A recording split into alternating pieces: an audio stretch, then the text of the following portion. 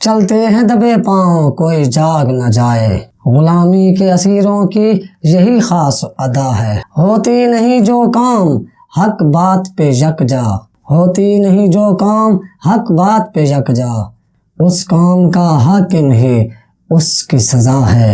اس قوم کا حاکم ہی اس کی سزا ہے۔ بسم اللہ الرحمن الرحیم۔ السلام علیکم دوستو، شروع میں ہم نے آپ کو فیض احمد فیض کا ایک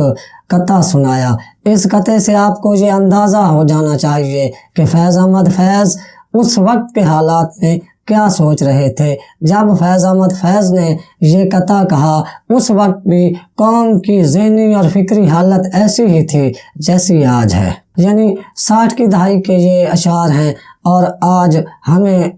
60 سال بعد بھی وہی حالات معلوم ہوتے ہیں، وہی کچھ محسوس ہوتا ہے جو 60 سال پہلے فیض احمد فیض محسوس کیا کرتے تھے۔ مزید گفتگو سے پہلے آپ ہمارے اس چینل کو سبسکرائب کر لیں اور ساتھ لگے گھنٹی کے نشان کو ضرور دبائیں تاکہ آپ کو ہمارے آنے والی تمام ویڈیوز کے نوٹیفیکیشن بھی پہنچتے رہیں۔ دوستو، 30 سال تک جس شخص نے اس ملک کے سب سے بڑے صوبے پنجاب میں بطور وزیر اعلیٰ حکمرانی کی، آج جب 30 سال بعد وہ یہ کہتا ہے کہ اس نے اس صوبے کی اتنی خدمت کی ہے کہ اتنی کوئی اور خدمت نہیں کر سکتا، اور اس نے ترقی اور خوشحالی کے تمام ریکارڈز توڑ دیے، مگر اسے علاج کے لیے برطانیہ جانا ہے کیونکہ یہاں اس کا علاج نہیں ہو سکتا۔ کتنی شرم کی بات ہے، کتنے افسوس کی بات ہے، جو شخص 30 سال تک اس ملک کے سب سے بڑے صوبے یعنی صوبہ پنجاب کا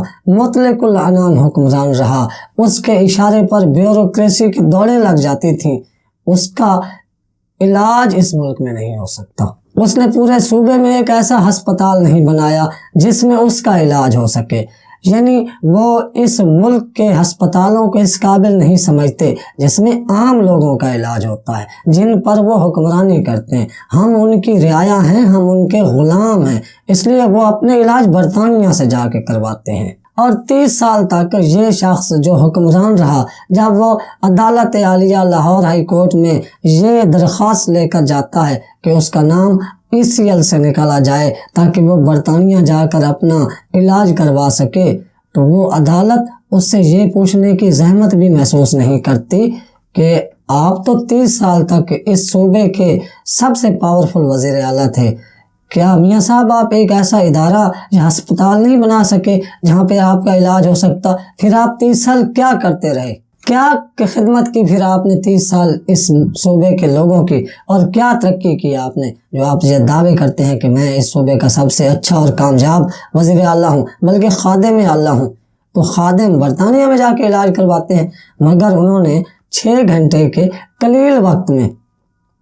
اس خادم اعلیٰ کو باہر جانے کے لیے ضمانت دے دی اور کہا کہ آپ جائیں، 8 ہفتوں کے لیے آپ جائیں، علاج کروائیں اپنا۔ کتنے افسوس کی بات ہے، یہ وہی عدالت عالیہ ہے جس میں عام لوگوں کی اپیلیں اس لیے پڑی ہیں کہ وہ بے گناہ ہیں اور اس عدالت کے فیصلے کے منتظر ہیں، مگر اسے ان کے اپیلوں پر سماعت کرنے کی فرصت نہیں ہے، کیونکہ یہ عدالت تو 5G کی سپیڈ سے سیاستدانوں کو ضمانتیں دینے میں لگی ہوئی ہے، ان کو اکاموڈیٹ کرنے میں لگی ہوئی ہے، اور وہ لوگ جو بے گناہ ہو کر جیلوں میں اس عدالت میں اپیلوں کی سماعت نہ ہونے کی وجہ سے اور انصاف نہ ملنے کی وجہ سے ایڑیاں رگڑ رگڑ کر مر رہے ہیں، ان کا کیا ہوگا؟ ان کو کون انصاف دے گا؟ ان کے لیے اس عدالت کے پاس وقت نہیں ہے۔ مگر جب اس عدالت نے یہ اجازت نامہ جاری کر دیا تو صبح جاتے ہوئے میاں صاحب کو FIA نے روک لیا اور باہر نہ جانے دیا اور جہاز سے آف لوڈ کروا دیا۔ یہ تو جو بھی ہوا وہ بعد میں پھر توہین عدالت میں یقیناً چلا جائے گا، لیکن اس نظام عدل اور انصاف پر راحت اندوری نے ایک بہت ہی خوبصورت بات کی ہے، اور راحت اندوری نے جو تبصرہ کیا ہے انہی کی زبانی، انہی کے کلام میں آپ سن لیجئے۔ انصاف ظالموں کی حمایت میں جائے گا، انصاف ظالموں کی حمایت میں جائے گا، یہ حال ہے تو کون عدالت میں جائے گا؟ دوسری اہم بات، وزیر اعظم پاکستان جناب عمران خان سعودی عرب کے 3 روزہ سرکاری دورے پر ریاض پہنچے ہیں اور ان کا استقبال ایئرپورٹ پر محمد بن سلمان جو کہ ولی عہد ہیں سعودی عرب کے، انہوں نے بذات خود آ کر کیا ہے، جیسے کہ جب وہ پاکستان آئے تھے تو ان کا استقبال عمران خان نے خود ایئرپورٹ جا کر کیا تھا۔ اس دورے میں جہاں اور بہت سے معاملات پر بات ہونے کی توقع ہے، اس میں یہ دعویٰ کیا جا رہا ہے کہ کشمیر کے معاملات پر بھی بات ہوگی اور سعودی عرب سے یہ کہا جائے گا کہ کشمیریوں کو ان کے حقوق دینے کے لیے وہ انڈیا پر اپنا اثر و رسوخ استعمال کرے۔ اس کے علاوہ اسلاموفوبیا، خاص کر جو فرانس میں تحفظ ناموس رسالت کے حوالے سے مسلمانوں کو بے چینی ہے، اور تائیدار ختم نبوت کے عظمت کے تحفظ کے لیے جو